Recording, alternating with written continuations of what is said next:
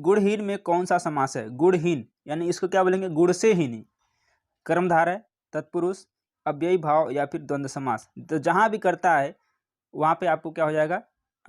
तत्पुरुष समास हो जाता है। इसमें गुण से हीन यानी गुणहीन हो जाएगा, तत्पुरुष समास हो जाएगा। ऑप्शन नंबर बी करेक्ट हो जाएगा। नेक्स्ट क्वेश्चन लेते हैं। निम्नलिखित में से कौन सा किरण का पर्यायवाची शब्द नहीं है? किसका पूछ रहा है? किरण का इसमें से एक पर्यायवाची नहीं है, उसमें आपको बताना है। मरीचि, रश्मि, पुष्कर या फिर दीप्ति। तो मरीचि भी है, रश्मि भी है, दीप्ति भी है, लेकिन जो पुष्कर है वह किरण का पर्यायवाची नहीं है, इसलिए सी वाला क्या हो जाएगा? करेक्ट हो जाएगा। जंगल शब्द क्या पर्यायवाची है? जंगल शब्द का प्रमोद, विश्रांति, कांतार या फिर दीव। तो जंगल शब्द का जो पर्यायवाची है वो कांतार है। सी ऑप्शन क्या है? करेक्ट है। अगला क्वेश्चन लेते हैं। ग्रस्त का विपरीतार्थक शब्द क्या है? ग्रस्त का मुक्त, सुप्त, लुप्त या फिर ग्राह। तो ग्रस्त का जो विपरीतार्थक शब्द हो जाएगा मुक्त। ए ऑप्शन करेक्ट हो जाएगा। मुक का विलोम बताना है। मुक का विलोम क्या है? अल्पभाषी, वाचाल, मृदभाषी या फिर कटुभाषी। तो मुक का वाचाल होता है विलोम शब्द, आपने बचपन में भी पढ़ा होगा, यानी कि बचपन दैट मीन्स कहने का मतलब 6, 7 या 8 में रहेंगे तो भी आपने पढ़ा होगा। मुक का वाचाल होता है। ऑप्शन नंबर बी करेक्ट है। मुक का विलोम क्या है? ये सेम क्वेश्चन रिपीट हो गया है, वाचाल होता है। चूरण का तत्सम रूप क्या होगा? चूरण, बचपन में आप सभी ने बहुत सारे चूरण खाए होंगे, आई होप। चौर, चूर्ण, चर्म या फिर चक्षु। ये क्या है? चूर्ण है। चूर्ण का तत्सम रूप क्या हो जाएगा? चूर्ण हो जाएगा। बी ऑप्शन क्या है? करेक्ट हो जाएगा। अगला क्वेश्चन लेते हैं। तिब्ध, तिब्ध शब्द का तद्भव बताना। तिब्ध, तीता, तीखा, तिप्ता या फिर तीखन।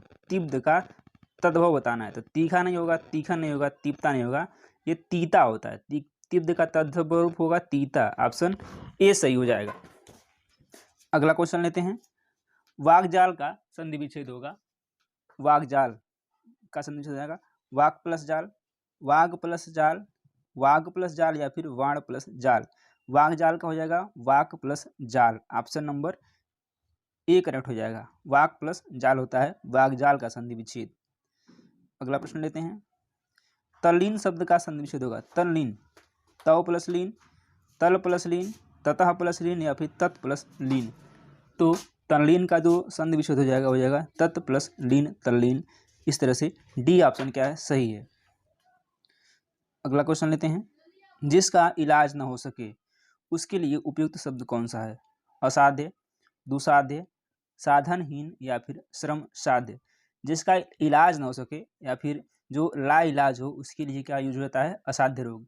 यानी कि आपने सुना होगा कि वह असाध्य रोग से पीड़ित था, इसका मतलब है कि उस रोग का कोई इलाज नहीं है, उसको बोलते हैं असाध्य। तो इस तरह से ऑप्शन ए करेक्ट हो जाएगा।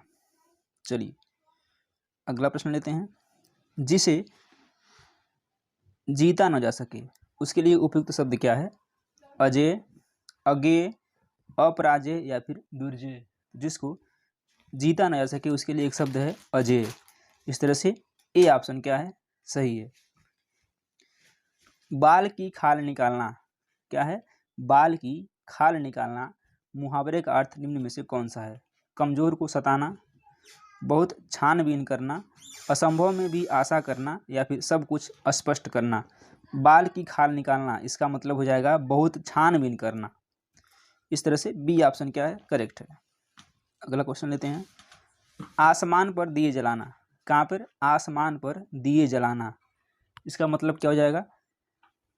प्रसिद्ध व्यक्ति का परिचय करना, वीरता या साहस का कार्य करना, असंभव कार्य करना या फिर बहुत अधिक प्रशंसा करना।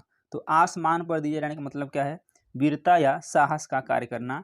ऑप्शन बी सही हो जाएगा। अगला क्वेश्चन लेते हैं। निम्न में से कौन सा शब्द अशुद्ध है? अशुद्ध बताना है। अनभिज्ञ, अस्वीकार, अभिषेक या फिर आधीन। अशुद्ध यानी कि देखिए अनभिज्ञ भी सही है, अस्वीकार भी सही है, अभिषेक भी सही है, लेकिन अधीन, आधीन नहीं अधीन होता है। डी ऑप्शन क्या है? करेक्ट। अगला क्वेश्चन लेते हैं। निम्न में से कौन सा शब्द शुद्ध है? इसमें शुद्ध बताना है। अमावस्या, आर्द्र, अनुसरण या फिर अमावस्या। तो अमावस्या इस तरह से लिखते हैं, अमावस्या इस तरह से लिखते हैं। डी करेक्ट हो जाएगा। सॉरी। इसी के साथ बढ़ते हैं अपने अगले क्वेश्चन की तरफ। काल का निम्न में क्या अनेकार्थी शब्द नहीं है? काल का पूछा जा रहा है। मृत्यु, समय, अवसर या फिर इच्छा। इसमें अनेकार्थी शब्द इच्छा नहीं होगा, ऑप्शन डी करेक्ट हो जाएगा। अनेकार्थी शब्द है घंटा, मिनट, सेकेंड या फिर काल। तो काल को आप कई रूप में जान सकते हैं, समय में भी समय के रूप में जानते हैं। काल मतलब मृत्यु काल भी होता है, अंतिम काल भी होता है। काल कई तरह का होता है, लेकिन घंटा, मिनट और समय, सेकेंड एक ही समय एक ही तरह का होता है। इसका मतलब एक ही होता है। घंटे का मतलब घंटा, मिनट का मतलब मिनट और सेकेंड का मतलब सेकेंड होता है। इस तरह से ऑप्शन डी करेक्ट है। निम्न में कौन सा वाक्य शुद्ध है? इसमें शुद्ध वाक्य बताना है। दही खट्टी है, दही खट्टा है, दही खटास है या फिर दही खटाई है। तो शुद्ध वाक्य क्या है? दही खट्टा है, दही खट्टी नहीं, दही खट्टा, दही पुल्लिंग होता है। इस तरह से बी करेक्ट हो जाएगा। शुद्ध वाक्य का चयन करना है इसमें।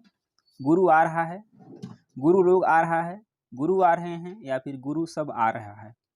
तो शुद्ध वाक्य क्या हो जाएगा? गुरु आ रहे हैं। गुरु को हमेशा आदर के साथ व्यक्त किया जाता है। गुरु आ रहे हैं, तो ऑप्शन सी करेक्ट है। हाथी का स्त्रीलिंग होगा। हाथी क्या है? बहुत सारे लोग जानते हो कि हाथी स्त्रीलिंग है, लेकिन हाथी पुल्लिंग है। और हाथिन, हथिनी, हथिनी या फिर हाथिनी। तो हाथी का स्त्रीलिंग क्या हो जाएगा? हथिनी हो जाएगा। सी ऑप्शन करेक्ट है। मनोयोग का संधि विच्छेद क्या होगा? मनोयोग का संधि विच्छेद बताना है। इसमें कौन सा होगा? मनोह प्लस योग, मनः प्लस योग, मनः प्लस आयोग या फिर कोई नहीं। तो मनोयोग का जो संधि विच्छेद होगा वो होगा मनः प्लस योग। ऑप्शन बी क्या है? करेक्ट, मनोयोग होता है। चलिए अगला क्वेश्चन लेते हैं। तरंग शब्द का पर्यायवाची है किसका? तरंग का पूछा जा रहा है। पुष्कर, कूल, जलधि या फिर उर्मी। तो तरंग का पर्यायवाची उर्मी है। ऑप्शन डी सही हो जाएगा। तद्भव शब्द चुनना है इसमें। आधा, कूप, विद्या या फिर व्योम।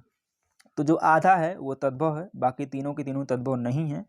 ऑप्शन नंबर ए करेक्ट है इसमें। तत्सम शब्द का इसमें चयन करना है। शेर, बब्बर शेर, व्याघ्र या फिर बाघ। इसमें तत्सम चुनना है, इसके पहले वाले में तद्भव चुनना था। तो व्याघ्र क्या है? तत्सम है। ऑप्शन सी करेक्ट है। अगला क्वेश्चन लेते हैं। अमर शब्द का विलोम है मृतक, मृत्यु, मरण या फिर मर्त्य। तो अमर शब्द का जो विलोम वो मर्त्य है। ऑप्शन डी करेक्ट है। सामान्य शब्द का विलोम क्या है? श्रेष्ठ, सर्वज्ञ, साधारण या फिर विशिष्ट। विलोम पूछा जा रहा है तो सामान्य का विलोम विशिष्ट हो जाएगा। ऑप्शन डी करेक्ट हो जाएगा। साधारण इसका क्या है? समानार्थी हो जाएगा, ध्यान देना है। सामान्य का विलोम विशिष्ट है। अगला क्वेश्चन लेते हैं। सामान्य शब्द का विलोम ये विशिष्ट है, ये ऊपर हो गया है। तैरने की इच्छा को क्या कहते हैं? तरणेच्छा, तितृषा, संतरणोच्छा या फिर जलवतरणेच्छा। तो तैरने की इच्छा को कहते हैं तितृषा। ऑप्शन बी करेक्ट हो जाएगा। चलिए अगला क्वेश्चन लेते हैं। जिसका इलाज न हो सके उसके लिए उपयुक्त शब्द बताना है। असाध्य, दुसाध्य, साधनहीन या फिर श्रम साध्य। तो जिसका इलाज न हो सके उसके लिए जो उपयुक्त शब्द हो जाएगा वो हो जाएगा असाध्य। ऑप्शन ए करेक्ट हो जाएगा। वेद वाक्य मानना मुहावरे का अर्थ क्या है? वेदों का अध्ययन करना, प्रमाणित बातों का मानना, धार्मिक क्रियाकलाप करना या फिर वेदों की सूक्तियों का उच्चारण करना। तो वेद वाक्य मानना, इसका जो मुहावरा हो जाएगा वो हो जाएगा प्रमाणित बातों का मानना। इस तरह से ऑप्शन बी करेक्ट हो जाएगा। उड़ती चिड़िया पहचानना, इसका अर्थ बताना है चिड़ियों की पहचान करना, उड़ने का प्रयास करना, गायब हो जाना या फिर रहस्य की बात तत्काल जानना। एक होता है उड़ती चिड़िया पहचानना, एक होता है उड़ती चिड़िया के पर गिनना। दोनों चीज़ें एक ही होती है। तो रहस्य की बातें तत्काल जानना होता है उड़ती चिड़िया पहचानना। ऑप्शन डी करेक्ट है इसका मतलब। आविष्कार में कौन सी संधि है? आविष्कार में पूछा जा रहा है कौन सा संधि है? अयादि संधि, व्यंजन संधि, यण संधि या फिर विसर्ग संधि। तो आविष्कार में विसर्ग संधि हो जाएगा। इस तरह से ऑप्शन डी करेक्ट हो जाएगा।